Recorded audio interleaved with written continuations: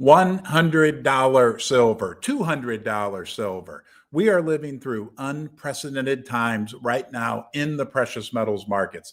These are top analysts, and we're going to look at like 3 or 4 of the top smartest people in the precious metals sector that are now openly talking about $100 silver, and probably a lot sooner than most of us expect. It is super exciting what is going on right now.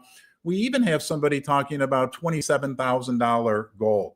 But guys, we know when we look out at this precious metals landscape right now, we are in a new paradigm for the metals. We're also going to talk about copper. We're going to talk about all kinds of fun stuff. Thank you for being here. Thanks for joining me in the basement. It's a big deal when you join me. Please subscribe to the channel, give the video a thumbs up. We want to see you come back and leave a comment in the comment section so we can learn from you.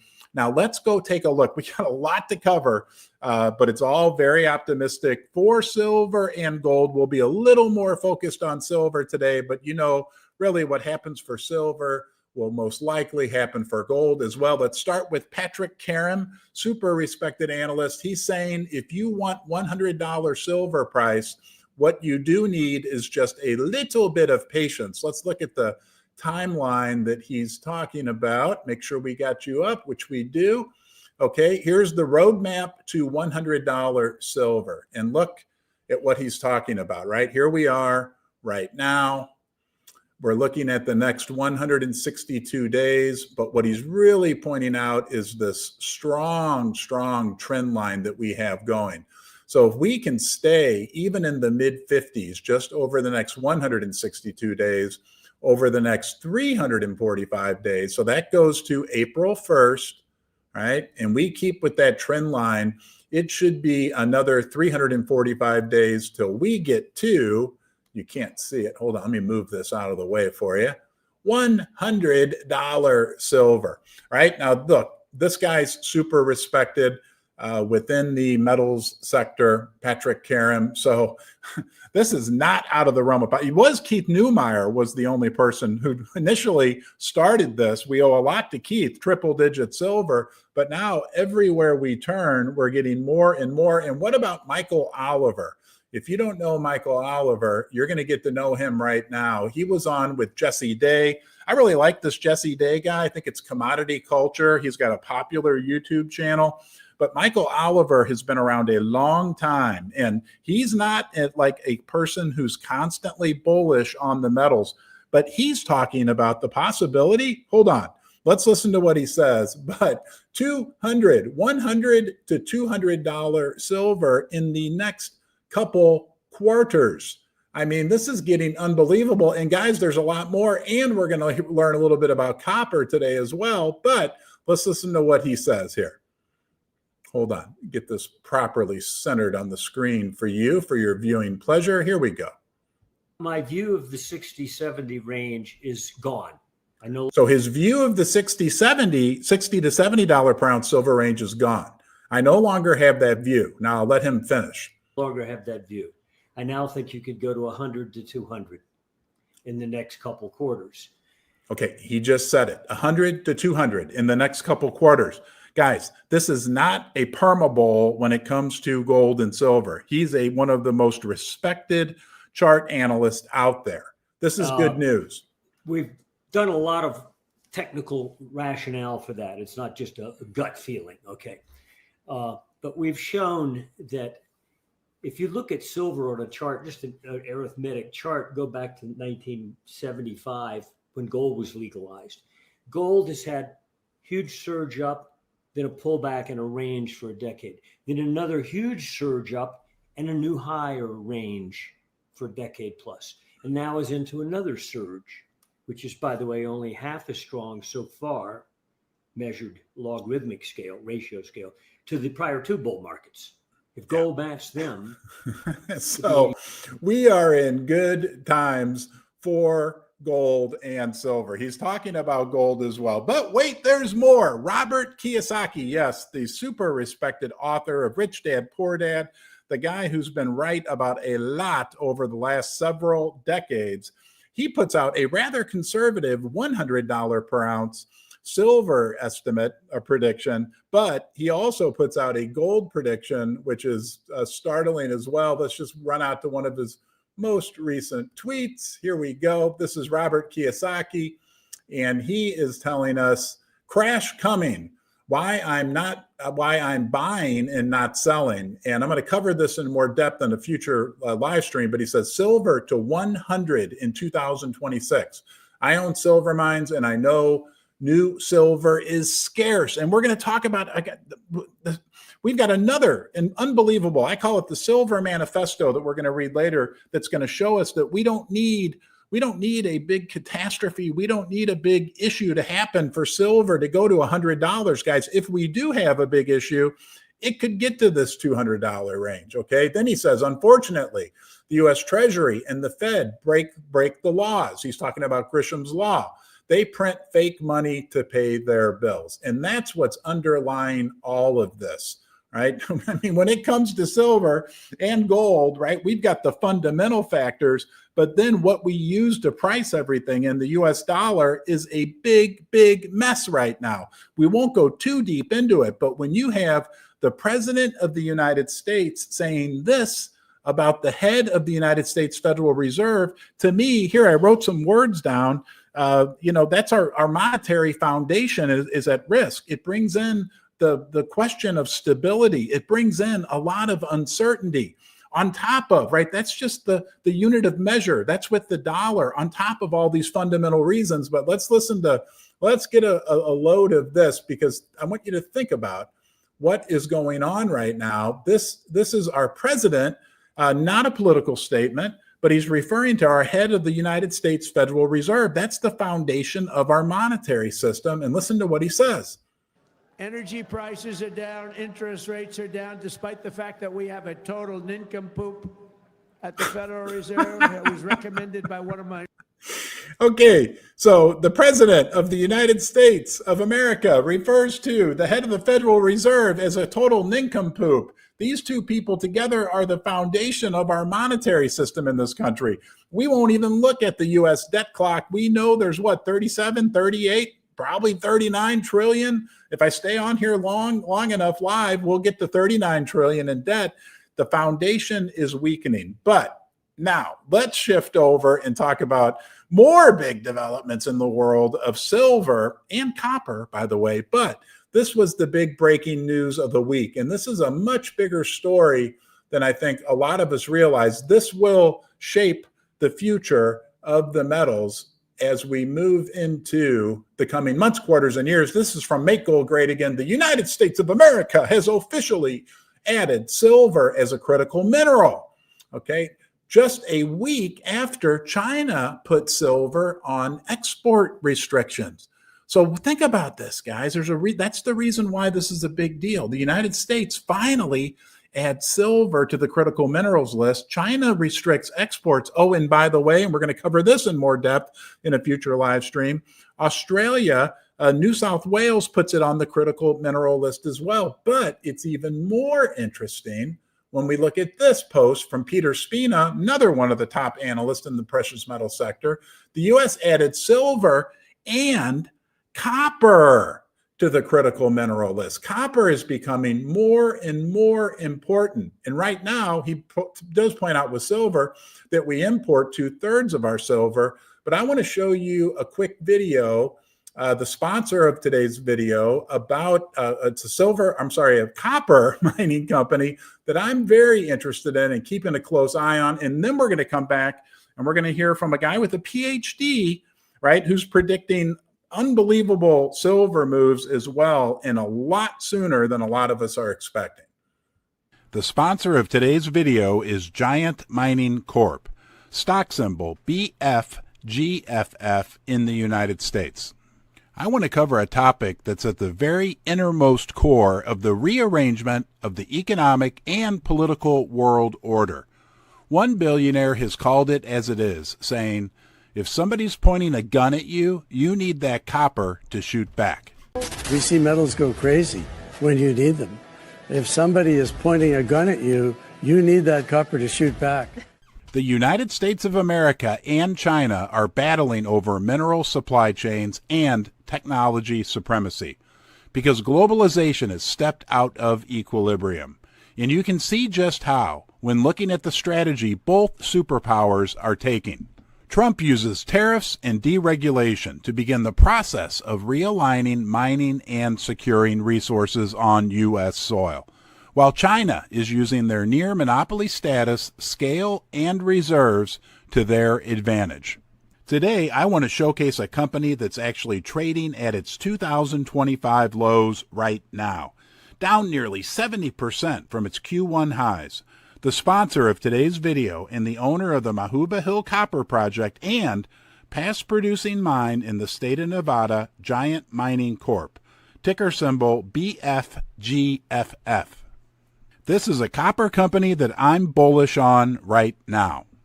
Giant Mining, available on Interactive Brokers, Charles Schwab, amongst others, right now. Since President Trump's inauguration in January 2025, his administration has aggressively pursued policies to secure U.S. mineral independence, with copper emerging as a flashpoint in escalating tensions with the Chinese Communist Party. Copper, vital for defense and AI infrastructure, underscores America's vulnerability to foreign dominance, particularly China's control over global refining. In February of 2025, President Donald Trump signed Executive Order 14220, initiating a Section 232 investigation into U.S. copper imports and classifying the nation's dependence on foreign suppliers as a potential national security risk. The investigation, completed in June of 2025, identified a significant U.S. trade deficit overcapacity from state-subsidized Chinese copper production, leading to a July presidential proclamation that imposed 50% tariffs on semi-finished copper products, including wires and cables, effective August 1st, 2025. We need to create, in order to protect our country's future, a resurgence of U.S. manufacturing and production, the likes of which has not been seen for many decades. It's time for our great industries to come back to America. I want them back to America. On October 6, 2025, President Donald Trump approved the Ambler Road project in Alaska, unlocking access to rich copper and zinc deposits and facilitating the permitting of more than 1,700 mining claims. In August 2025, the U.S. Department of Homeland Security expanded enforcement of the Uyghur Forced Labor Prevention Act to include copper, designating it as a high-priority sector for supply chain scrutiny. And on August 26, 2025, the U.S. Department of the Interior and the U.S. Geological Survey released the draft 2025 Critical Minerals List, proposing to add copper along with potash, silicon, and silver as newly designated critical minerals. One of the world's most famous mining billionaires said about copper that the world needs astronomical amounts of copper over the next 20 years. He's repeatedly said that there's no rational price for copper when the metal is essential. Effective August 1st, 2025, the copper sector, in my view, entered a ground floor, seismic level opportunity, marking the beginning of a transformative new phase for the entire industry. What we've been seeing, in my view, is the very first chance to be part of the rebirth of the American copper mining business. We can access it at its founding moment, as far as I can tell. And Giant Mining, ticker symbol BFGFF, owns a past-producing copper mine in Nevada, one of America's best and most cherished mining jurisdictions. The most critical part of all of this is that Giant Mining's share price has still not recovered at all from the April market shock. Giant Mining, ticker BFGFF, in my view, is one of the top ideas in the copper sector. Howard Lutnick said, "American industries depend on copper, and it should be made in America. No exceptions, no exceptions. President Trump says copper should be made in America. It's time for copper to come home. Our great American copper industry has been decimated by global actors attacking our domestic production. Historic underground mines at Giant Mining Corp's Mahuba Hill project produce copper, tin, and silver from the early 1900s to the 1950s, including 2.8 million pounds of copper, 184,000 ounces of silver, 5,800 ounces of gold, and 21,000 pounds of tin. I will say this again. All of these factors, and the following ones below, are the ones that led me to my significant bullish opinion about giant mining. The infrastructure is ready. Access roads, power supply, transportation, water supply, ore stockpiles, established roads access, power nearby, and space for potential processing infrastructure as the project advances. Do your homework on Giant Mining Corp, ticker BFGFF. All right, guys, I am super bullish on copper and silver and gold. In particular, right now, silver and copper. But please remember, I'm not a financial advisor.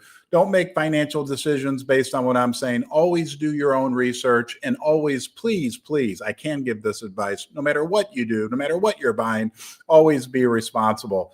Now, I do want to talk about some exciting developments in silver. Two more big things. Number one, we don't need a big crisis for silver to go up. We're going to look at that next. And then we're going to hear from a man with a PhD who's talking about $120, $140 silver a lot sooner than most of us realize. And it has to do with the LBMA.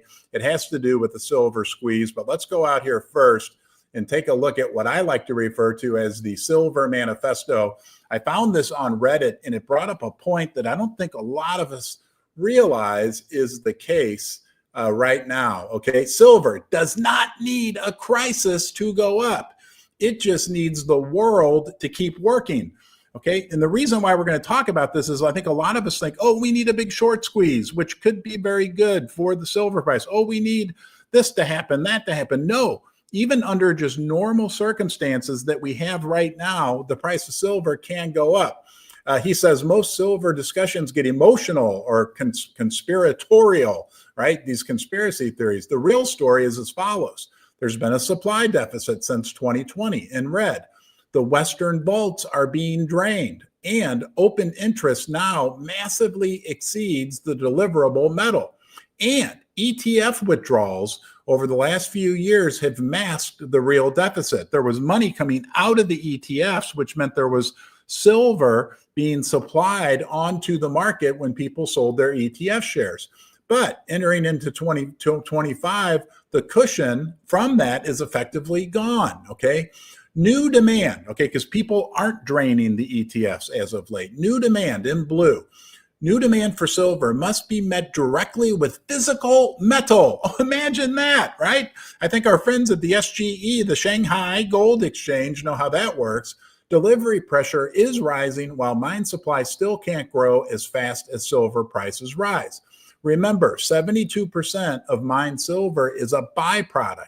So silver supply doesn't react in correlation to silver price. What that means is, since the vast majority of silver is mined as a byproduct of copper and some other metals, when the silver price goes up, there's not a switch that can be flipped to suddenly create more mined silver. And nobody's been investing in exploring or developing silver mines for the number of last years because the price has been artificially low. ETF flows are no longer supplying the market. They're either neutral or turning positive.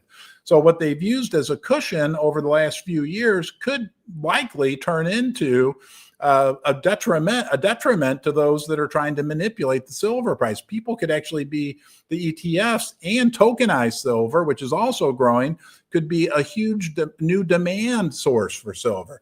The price has not yet adjusted to years of real deficits. So the era of fixing the shortage quietly through ETF drains is over.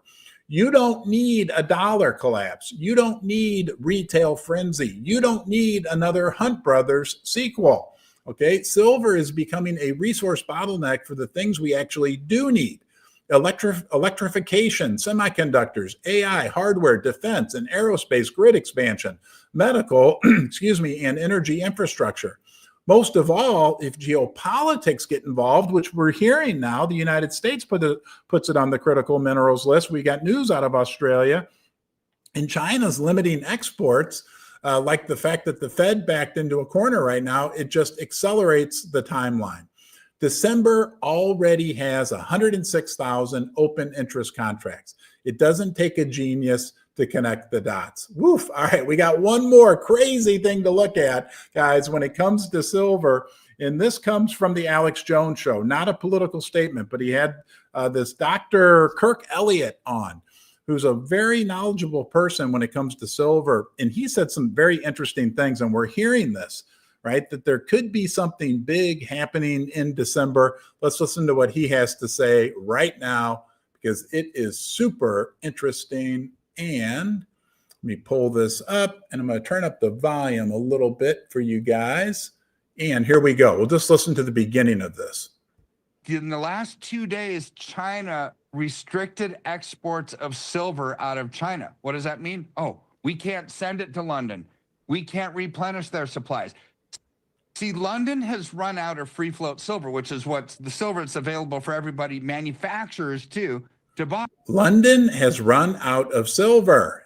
Interesting. And China is saying, sorry, maybe you can't rely on us to provide you with all that silver that you need.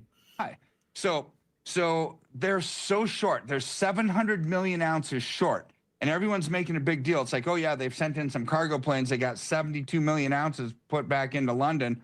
They're 700 million ounces short, Alex. Within 2 months, by the end of the year, we probably have silver pushing 67 to 75. 67 to 75 by the end of the year for the silver price. But wait, there's more.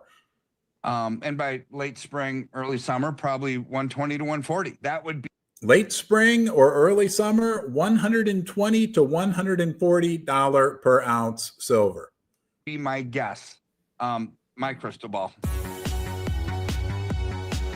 Okay, guys, it is getting crazy. Hey, I do want to say thank you to my recurring sponsors, First Mining Gold and First Mint, for helping us get together, supporting the channel, us getting together down here in the basement.